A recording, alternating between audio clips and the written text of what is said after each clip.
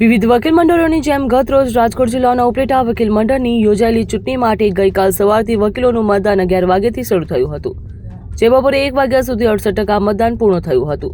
મળતી માહિતી મુજબ ચૂંટણી કમિશનરે જણાવી હતી તેમજ ઉપલેટા વકીલ મંડળની યોજાયેલી ચૂંટણી માટે ઉપલેટાના કુલ 120 જેટલા વકીલ મતદારો નોંધાયેલા હોવાની માહિતી પ્રાપ્ત થઈ હતી.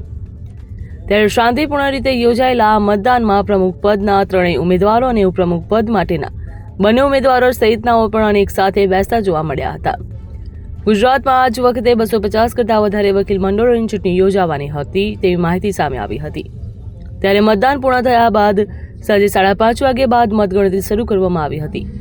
ત્યારે આ ચૂંટણીમાં સેક્રેટરી તરીકે એડવોકેટ કેતન બારૈયા અને ખજાનચી તરીકે એડવોકેટ ભાલચંદ્ર રાવ મેકુલ બિનહરીફ જાહેર થયા હતા.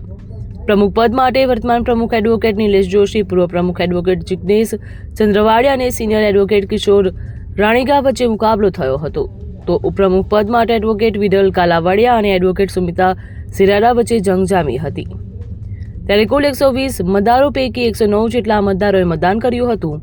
પ્રમુખ પદ માટે ઉમેદવારોમાં એડવોકેટ નિલેશ જોશીને 26 મત તેમજ એડવોકેટ કિશોર રાણીગાને 39 મત, એડવોકેટ જિગ્નેશ ચંદ્રવાડિયાને 40 મત મળ્યા હતા. ઉપપ્રમુખ માટે એડવોકેટ વિડલ કાલાવાડિયાને 81 મત મળ્યા હતા. એડવોકેટ સુમિતા જરેરાને 23 મત મળ્યા હતા. મતદાનમાં પ્રમુખ પદ માટે નોટમાં 2 મતદાન થયા હતા, જ્યારે ઉપપ્રમુખ પદ માટે 3 નોટોનો પડ્યા હતા. તો વિજેતા થયેલા ઉમેદવારોને સાથે વકીલો દ્વારા હાર તોડ કરી શુભેચ્છા પાઠવવામાં આવી હતી.